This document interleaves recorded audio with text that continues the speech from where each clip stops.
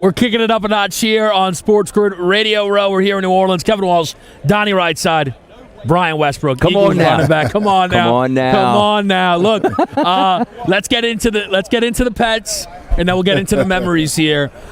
B. West, you're teaming up with Chewy. Yeah. Let people know a little bit about the great partners that you're working with. Well, listen, Chewy, we all understand what they do, right? They get you our dog food on time, the best animal store, really the online retailer in the country. We understand what they do. I love them. I got 3 horses. I got 10 horses and 3 dogs, right? So I can't remember how many dogs and horses I have. It's amazing, though. And they supply all the food and the feed for our animals. But more importantly than that, they give back, right? They're giving back 59,000 pounds of food to the KC Pet Project and 59,000 pounds of food to the Pennsylvania SPCA, right? Awesome. So you're talking about a company that can supply all your food needs but also give back. That's the type of company that I want to partner with, and that's why we're here. I love it. And you know why I'm here right now? What's because that? You're here. Now, Here we go. Let's get started. Now, 2002, I don't want to bring up the heartbreak now. Okay. The way it ended, I was up there, 702, right up top. We get beat by Tampa Bay. But 03 was your year coming out. Talk to me about how you guys opened up 0-2. You come out, you lose to Tampa Bay. You lose to New England the next week. But the following week, you're in Buffalo. It's 16-0. Late in the game, I'm sweating at home. We got to win this game. You hit a home run. Yep. That started the season. That was my first touchdown in the NFL. My first NFL touchdown. How about first passing touchdown, though?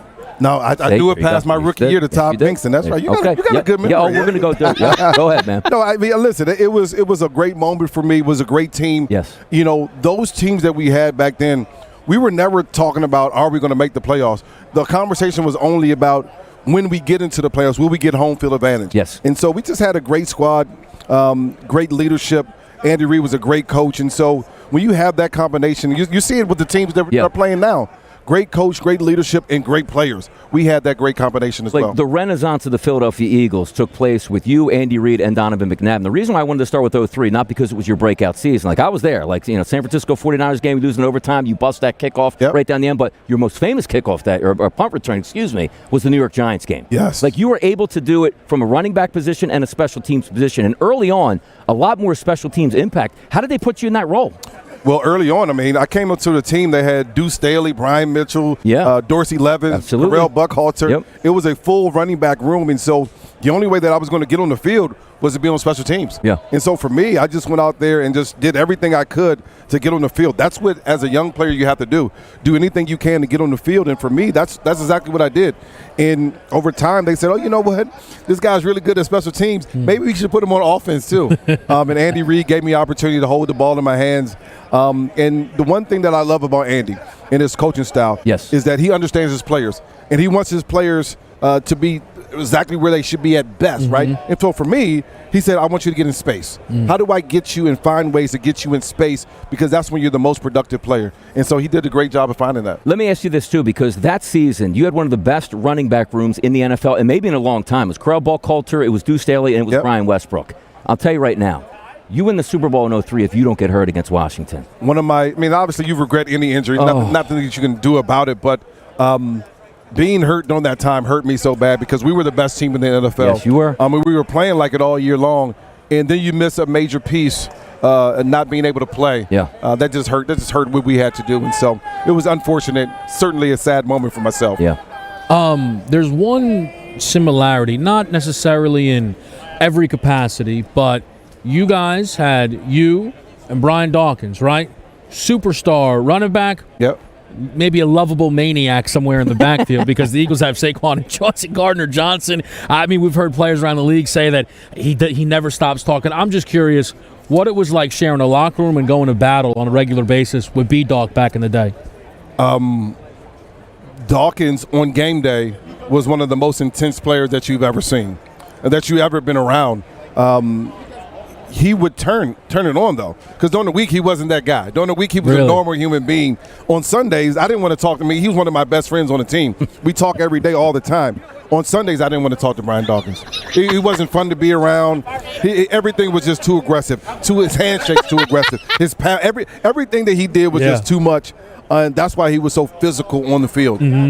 Great player, even better person, someone that was a leader for us. And when you're around greatness like that, hopefully, for me, it just rubs off on you just a little bit. A little bit rubs off on you. And I was around Brian Dawkins an awful lot. I think a little bit did rub off on me. Yeah. Now, we're at the Super Bowl here. You played in the Super Bowl. If we start 2004, Terrell Owens comes to town, up at Lehigh, you can't even get down the roads. The impact and the excitement for that season, and you guys were awesome in the regular season all the way through. T.O. goes down, you end up making it to the Super Bowl. But talk about that going through, let's just say, winning against Atlanta, finally getting to the Super Bowl through all that heartbreak. Well, it was tough because we had kind of gone to the place where we played in the NFC Championship games, not being able to get it done. T.O. comes in and really changes everything for our team. We were already a good team. Yeah. We became a much more explosive team because of his presence. And really all season long, the focus was to try to get T.O. the ball. And then we get to a stretch towards the end, maybe the last quarter of the season, T.O. wasn't there because of the injury. Correct. And so we turned more into a running team. We ran the ball an awful lot more.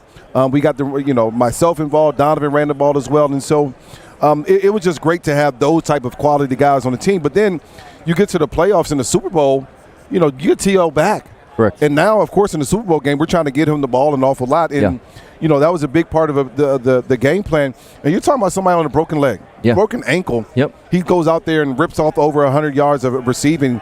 It was super special to be a part of that. But that team as a whole, so many great players, offensive line, John Runyon, Trey Thomas, Jamal Jackson. I mean, we had so many great players, Hank Fraley, so many great players there. Yeah. Then look on the defense. Trotter was there. Obviously Doc and Lito Shepard and Sheldon Brown. Yeah. We had so many great players in that ecosystem. It was a special time in Philadelphia. And let me ask you a question about that Super Bowl, too, because you were going up at obviously entering into a dynasty with the Patriots. Yeah. This year's version of the Eagles, same exact thing. What's the mindset need to be to knock down that top-of-the-hill guy? Well, you got to be willing to do anything and everything that it takes, right?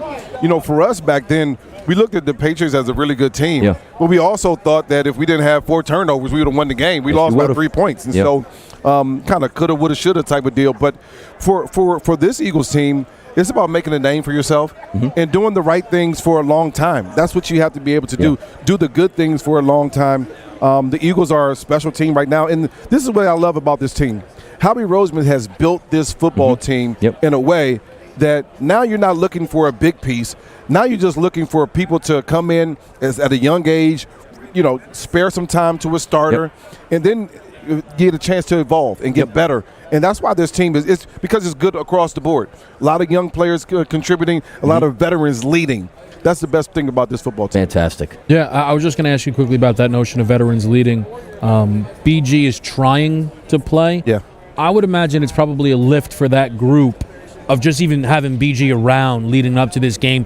He's been in the game, the play he made against Tom when the Eagles did win the Super Bowl against New England, and just the power of a veteran presence going into a game like this.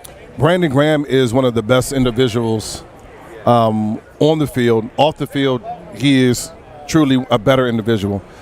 He makes everyone feel better. He makes everyone around him better. And so just to have him in uniform is going to mean something to this football team. That's how important he is to this team. And so to have him gear up, to have him even try to prepare to play for this game is something super special. I think the Eagles are fortunate to have him in that locker room. And, I know this year, he said it was going to be his last year. I sure hope he gives it another try next year. Yeah. By the way, I got to ask you a question here on this one. I want you to answer this question for me. What's my favorite Brian Westbrook play in your entire career? What do you think mine would have been? Your favorite? That for you. Yep. This isn't a game that we did not win. I caught a pass from Donovan in Tampa Bay. And ironically, I saw John Gruden last night. That's the first thing he brought up. I can explain the play to you. I'll let you go with that. Go ahead. So, make a couple people miss, end up scoring, maybe, I don't know, about a minute left. Yeah. Probably should have took some more time off the clock. Was it Matt Bryant? Matt Bryant. 57, 58-yarder. It was like a 64-yarder. He almost fell off my chair. And this is the long, I mean, you just think about it. He's at the 50. Yeah. I mean, it's just, how do you make that kick? They kicked the ball through the end zone, through the uprights. We end up losing the game, but that was actually my favorite play. Like, I'm going to tell you mine. 2008 playoffs. Yeah. You go to Minnesota. Yeah. We're up a couple points here. 71-yarder.